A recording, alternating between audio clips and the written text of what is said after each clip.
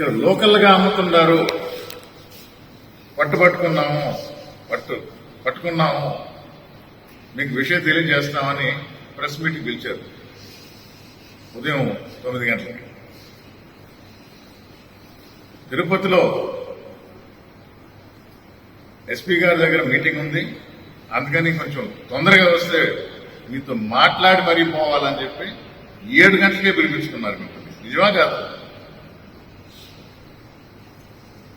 మిమ్మల్ని ఎందుకు అడుగుతున్నానంటే దీనికి సాక్ష్యం మీరే.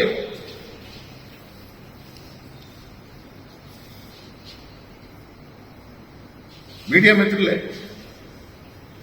7 గంటలకి మీటింగ్ పెట్టారు, మీ ముందర ప్యాకెట్లు పెట్టారు 300 గ్రాములు.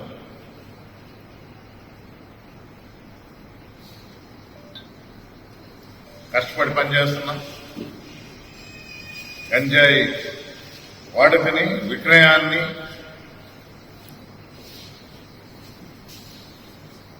మా సాయశక్తిలో పనిచేస్తూ ఆపుతున్నామని పోలీసులు మీ ద్వారా తెలియజేశారు. మంచిదే.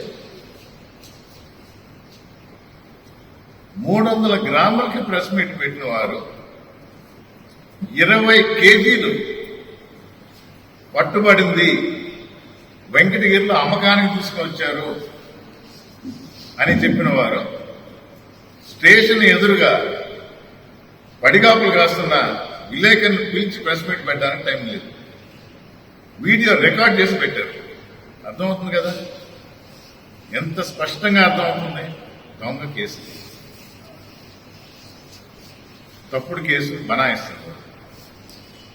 వెంకటగిరిలో 20 కేజీల అమ్మకానికి తీసుకువచ్చారు. 300 గ్రాములు పెట్టి పత్రికా విలేకరుల సమావేశంలో టైం అడ్వాన్స్ చేసి ఉదయం 7 గంటలకు ప్రెస్ మీట్ పెడితే 20 కేజీలు పట్టుబడితే సిఐ గారికి కానీ ఎస్ఐ గారికి కానీ టైం లేదు పత్రికా ముఖంగా విలేకరుల ముందర మాట్లాడటానికి. మాట్లాడారా మీతో? లేదు కదా. మీరు ప్రశ్నలు వేస్తారని భయమా? ఏమి దొరుకుతుందన్న భయమా? దీనికన్నా నిదర్శనం కావాలా? తప్పుడు కేసు పెట్టారనడానికి. మా కార్యకర్తల జోలికి వస్తే, అన్యాయంగా ఈ విధమైన కేసులు బనాయిస్తే తప్పకుండా చర్యలు ఉంటాయి. మా నాయకుడు జగన్మోహన్ రెడ్డి గారు చెప్పారు, మేము రెడ్ బుక్ ఫాలో అవ్వం, లేని వాళ్ళ మీద కేసులు కాదు, తప్పు చేస్తే మాత్రం తప్పకుండా చర్యలు ఉంటాయి. నోట్ చేసి పెట్టుకోమన్నారు. నేను మా వెంకటగిరి నియోజకవర్గ ప్రజలకి మాటిస్తున్నా, మీ ద్వారా తెలియజేస్తున్నా, రేపు రాబోయేది వైఎస్ఆర్ కాంగ్రెస్ పార్టీ ప్రభుత్వం, జగన్మోహన్ రెడ్డి మళ్లీ ముఖ్యమంత్రి అవుతారు. కానీ అప్పటి వరకు కూడా వెయిట్ చేయకుండా తప్పు చేస్తున్న అధికారుల మీద తప్పకుండా కోర్టుకు వెళ్లి నిజాలు నిగుదెలుస్తారు. రిపోర్టులు రాయించుకోవచ్చు, వాళ్ళ తరఫున సాక్ష్యాలు పెట్టించుకోవచ్చు, కేసులు ముంచొచ్చు, తిరిగి ఓపెన్ చేయిస్తాం. ఇప్పుడు కూడా అంత తేలిగ్గా వదిలేది లేదు. నా మీద కూడా కేసు పెట్టారు, ఏమనని పెట్టారు, దానికి మళ్ళా మీరే సాక్ష్యం. నేను ఎందుకు ప్రతిసారి మీ పేరు ఎత్తున్నానంటే, మీకు ఆల్ ఎంట్రీ పాస్ అన్నట్టు అన్ని దగ్గర పోగలరు. ఆ రోజు శాంతియుతంగా ఈ ఇంటి నుంచి సబ్స్టేషన్ నడుస్తూ పోయింది మీరే చూశారు. ఒక తెలుగుదేశం లీడరు అది ఏ ఉద్దేశంతో వచ్చి మాట్లాడాలనుకున్నాడా, తగ్గు వేసుకోవాలనుకున్నాడా, ఏ ఉద్దేశం మాది పైకి వచ్చిన మాట వాస్తవం. మీరు చూశారు, వీడియోలు తీశారు.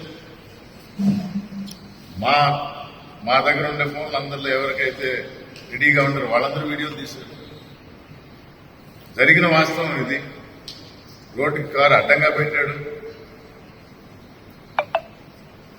తర్వాత స్టేషన్ పోయి కేసు ఫైల్ చేశాడు. ఏమన్నా అర్థం ఉందా?